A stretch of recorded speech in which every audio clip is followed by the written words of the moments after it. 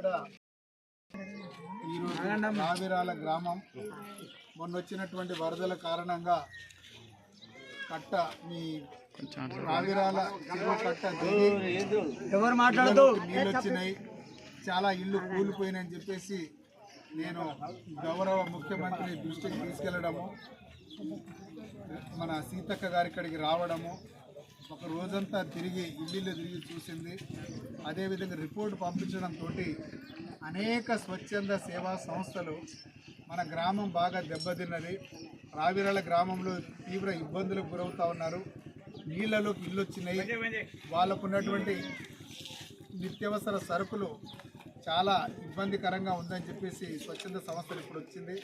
అదేవిధంగా విద్యా హర్బల్ సంస్థ శ్యామ్ ప్రసాద్ గారు గొప్ప మనసుతోటి 120 ప్యాకెట్లు 120 కుటుంబాలకు సంబంధించినటువంటి సరుకులు ఈరోజు ఇచ్చి పేద ప్రజలను, బడుగు బలహీన వర్గాల ప్రజలు మొత్తం ఇల్లంతా నీటమయమై వండుకోవడానికి కూడా నిత్యావసర సరుకులు లేవు అని చెప్పేసి మనం ఎప్పుడైతే ప్రభుత్వాన్ని దృష్టికి తీసుకెళ్ళిందో ఈ స్వచ్ఛంద సేవా సంస్థలు వచ్చి చాలా వరకు మన రావిరాల గ్రామాన్ని ఆదుకోవడం